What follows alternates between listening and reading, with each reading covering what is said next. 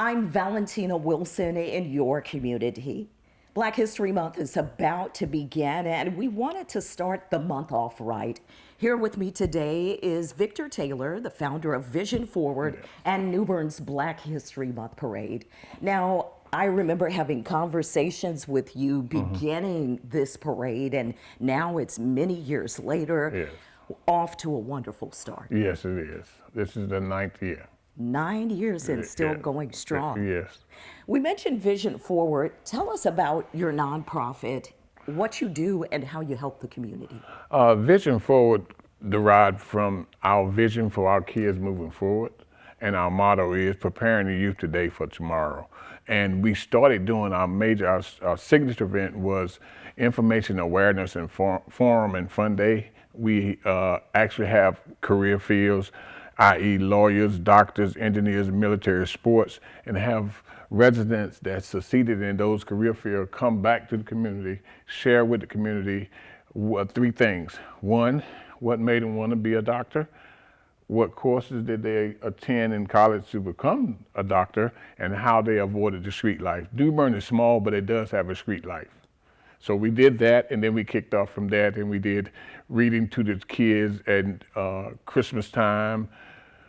We also decided we want to make sure that we take care of the elderly, because the elderly have kids that move out and move away from Grandkids in and out from time to time. Time to time. So reaching out to them as well. You also support health initiatives. Yes. And I want to point out that you are a New Bern native, so this is something close to your heart. Yes. I understand Vision Forward is a 501c3. Yes. So you're always out in the community supporting others. Yes. And one way you do that is with a back to school drive. Yeah, that back to school drive has been going on since 18 years now. This is the 18th year we've been doing back to school. This year we actually gave out, well, at 24, we actually gave out 200, we blessed 250 kids. Great turnout. We had all the D9s, all different types of organizations. The city took part of it, the county took part of it. We had people from different states come down. The total that day, we had at least 600-700 people on the field at that day. So, I've been to several of those back to school events. It's just a wonderful feeling. You have fun, you have bounce houses, you feed everybody as well. And so a lot of community groups come out and set up. So it's informational. You give out information and you give out the backpacks and school supplies to see the children smile is just wonderful. You mentioned D9, so there are sororities and fraternities who are there as well in the big field at Craven Terrace. Also close to your heart, prostate cancer awareness. You are a prostate cancer survivor. How many years? 17 years. Congratulations. Thank you very much. I was actually 42 when I was diagnosed. I had no family history of no type of cancer in my family. What I was doing, and this is my testimony, and I share it all over the United States. I actually speak on prostate cancer all over the United States. Next month, I go to Atlanta. Down in Atlanta, and I speak again. Then after that, I'm in Detroit, Michigan. I go there and speak. But I was taking people, Dr. Sidney Bonwell, just recently deceased. He was doing a free prostate screening, so I took 3 vans to the screening. Okay, and helping other people. Yes. And then you get tested. I was the only one came back positive. And you were the only one who came back positive for prostate cancer. You underwent surgery. Underwent surgery. At that time, I didn't know anything about what to do or what I cannot do. The doctor said, first of all, you got to pray. Second of all, there's a second opinion. You always need to get a second opinion. So I did get a second opinion. I'm a prior military veteran, so I went and had a second opinion, and the results came back the same. So it's either surgery or do nothing at that time. But nowadays, there's so much stuff out here now to assist with that. But yes, I am, and I had the surgery and radiation. 19 years and still going strong. Still going strong. And you didn't stop there. You help screen other people now, holding events at the Omega Center, getting men out and letting them know, take charge of your health, get tested, raising awareness about prostate cancer and other diseases as well. What kind of comments do you hear from these men? They are blessed and pleased that I am here. They call me the prostate cancer man. They stop in and ask me, as you mentioned that I do screening. I did a screening myself, UNC and Duke. They did a screening here at the Omega Center last year, and we held a record here in North Carolina. We did 250 men in 3 hours time, right here in Little New Bern. That is So fabulous. it's fabulous again. And just helping out and letting people know, hey, the knowledge is here. The medical professionals are here to help. Take the fear out of it. Yes. Get out and get tested. And so we see how you're doing many things in our community. You are a former alderman. Yes. You used to work at the Craven County Jail, corrections. You Correct, still work in corrections in some way, but Yes. military now. Department of Defense. I work on Cherry Point Air Station, Marine Corps Air Station, and I love security because you're securing people, and people sometimes need help. So that's my field for the last 25, 30 years, and I just enjoy making sure I love people.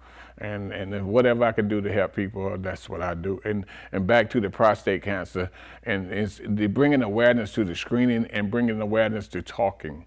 Early detection saves lives. That's what saved my life, early detection. Without that, I don't know if I would be here today to talk about it. But I wanted to make sure that I share what was shared with me, and no other man would have to go through what I went through alone. Wonderful, passionate message there, Victor. I'm proud to call you a friend as well. You're one of the first people I met when I first moved here to New Bern almost 15 years ago. And vision forward, if people want to learn more about your programming, your events, your nonprofit, how do they contact you? They can contact me by my phone number. It's a public number. It's been the same for about 30 years, and I'll share it, and it's all on my flyers on my Facebook page. Number one, you can go Vision Forward NC.